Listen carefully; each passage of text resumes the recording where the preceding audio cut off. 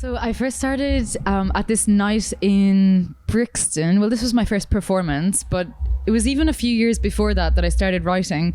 Well, during college when I was studying design, I had like an academic essay, a thesis, and I did the whole thing like in bed in my pajamas, and I got the highest grade in the whole year. And I decided I actually love writing, even though I was like, deep into the world of like design, and I was doing internships and all that stuff. So then when I graduated, I just started to keep notebooks full of like observations and scenes I was looking at and small poems, starting in Paris when I lived there and then in London. So then I had like notebooks full, and at one point I was invited to do a reading, and I just grabbed my nearest friend and we played together, so that, I didn't want to do it with just reading. So yeah, I always had like this context in my mind. There's always music in my background anyway, so yeah, that was a no-brainer. Just have some sort of soundscape around it.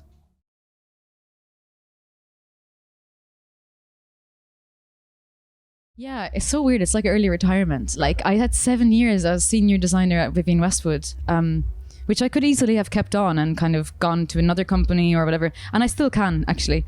Yeah, I kind of think it's so relevant as well, because maybe next I would like do something like a design collaboration, but it could be something a bit more involved with music, or yeah, I think it's kind of cool. The possibilities are still milling around in my head. But yeah.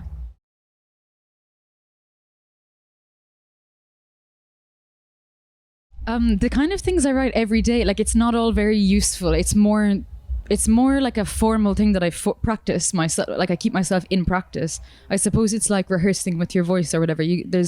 Or exercising. Like I keep myself kind of well in practice all the time, so I don't slip out. But I end up with masses and masses of like kind of free thoughts in my notebooks.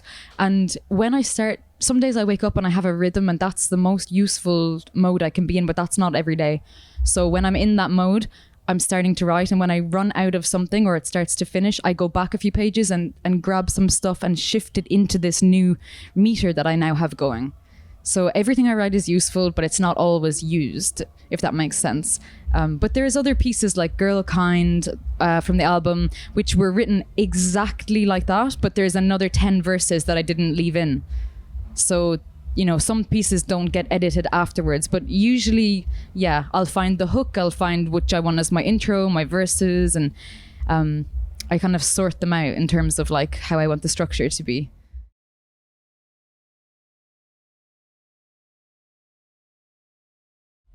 Yeah, you're right. There's like a template which is anywhere between, I suppose, like 2 minutes and 50 all the way up until like 4 something. And that's quite like normal, I guess, that kind of time frame.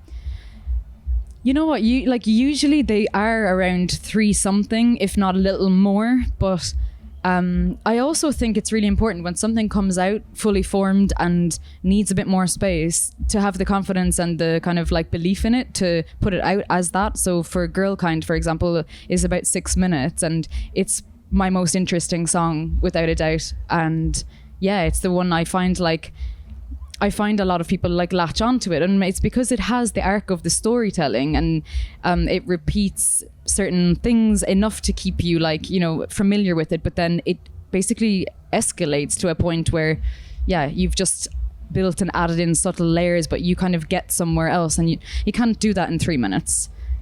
So I think, that's equally important as to sticking with I don't need to stick with pop formats though, because that's not exactly what I'm doing, but I do quite like to use some of the musical framework so that I am still in that realm and I can still play on stages like this. Otherwise it can be something totally different, But I mean, I like limitations anyway. I like games, I like puzzles, so that's why I find like working with lyrics and meter, and then also with the songwriting aspects, like I find that just really like fun.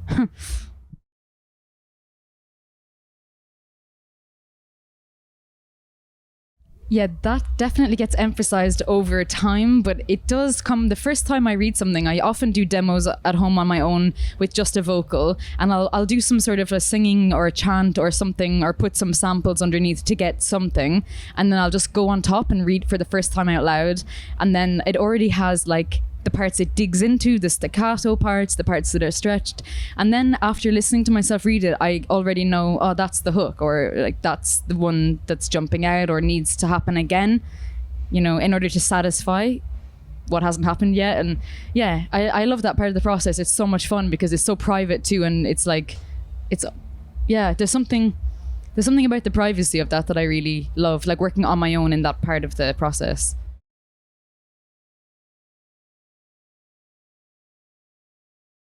So they come in after I have something which is lyrically quite solid. Like I don't really like waste time bringing fragments and then work it out. I like have something very, very solid that I could take to basically anyone or any different type of genre and be quite confident that it can work. So it already has to have like a kind of tried and tested intro. Like when I say intro, verse, chorus, hook, I'm talking about mine. It's not a classic, whatever, you know, it has its own flow, let's say, like not really conventional. But yeah, when I get a piece and I've kind of beaten it into the shape that I feel like, okay, it's something unique, it's saying something, and I'm satisfied with this now let's add music. Then I'll get in a room with the guys and then we start to just improvise together. But until something like happens in the music that's interesting, I don't read, they have never heard the words. So that's like the crucial part that happens in the room as well.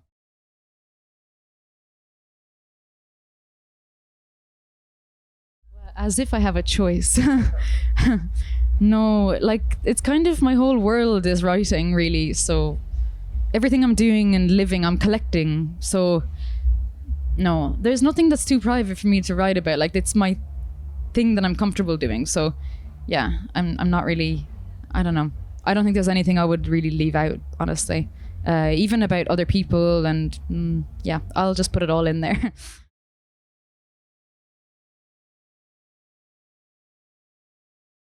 Oh my God, yeah, definitely. Like when the album came out and I was doing the press for like 2 months before, it was amazing because there was a couple of hundred interviews, honestly. It was like so much discovery. It was like studying my own album. And it was really interesting because it was quite introspective, but it was also like identifying things that were like, that I could talk about in like a relatable way. And yeah, there was so many themes and stuff that wasn't just like, it's not all like, it's not a self-portrait, like, you know, it's experiential. So it's like how it is for me to experience anything. But, you know, everyone is talking from their point of view anyway. So that's not like surprising.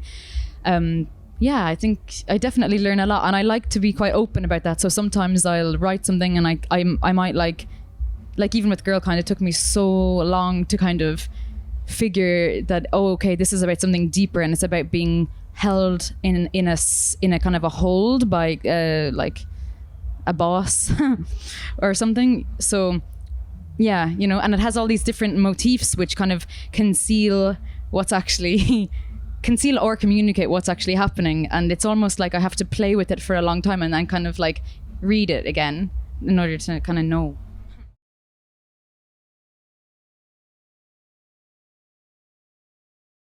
Yeah, I want to make another one. I discovered a lot about my process, and I think because of the way that it was put together, I feel even like more equipped now. Like I never stopped writing since the album finished, basically, and like that was, I don't know, something you kind of need a break at some point, but I had to take a forced break because I ended up like just kind of like repeating things and then I went into a period of experimenting and doing like ridiculous things like some drill demos and rap demos and using fucking auto-tune and just like going so weird and off my track, and that was really helpful that I came up with some really good ideas in those. And so I think I learned a lot about myself by experimenting and using like maybe I don't know, like if there's anything I didn't know about myself because of the album. It's not like my personality came to light. Like I'm quite into like, you know, work on myself, and I journal a lot and stuff, and I'm like into psychology and everything. So yeah, I am quite in tune with like who I am and everything. But I think process, that's probably the biggest thing I learned. Process and yeah, how to be as independent as possible with my writing so that I'm never waiting for a second on anyone. I go and I keep going and I keep making work, and then it's my choice of how how do I want to stylistically present that? Yeah, so that's kind of, yeah, it's just interesting. It just kind of shows like that everything is up for discussion and change. Like, because even with that album, like if it wasn't Dan Carey who produced it, it would be a different, totally different. I'm imagining like just so many different ways things can go. So it's like as if I almost opened up like too many options. Now I need to like, you know, go through all of that, imagine all the various scenarios, and then also find a next direction.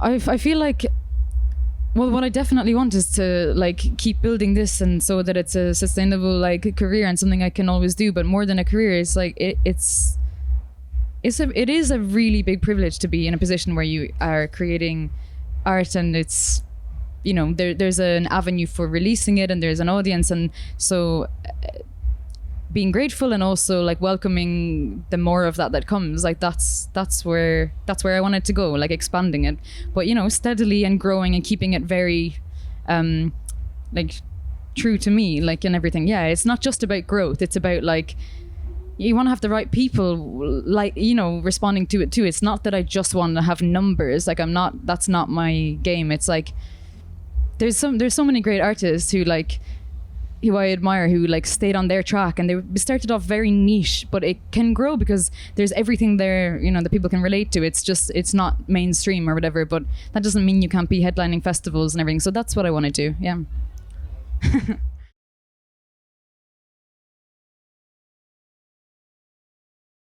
Thank you so much.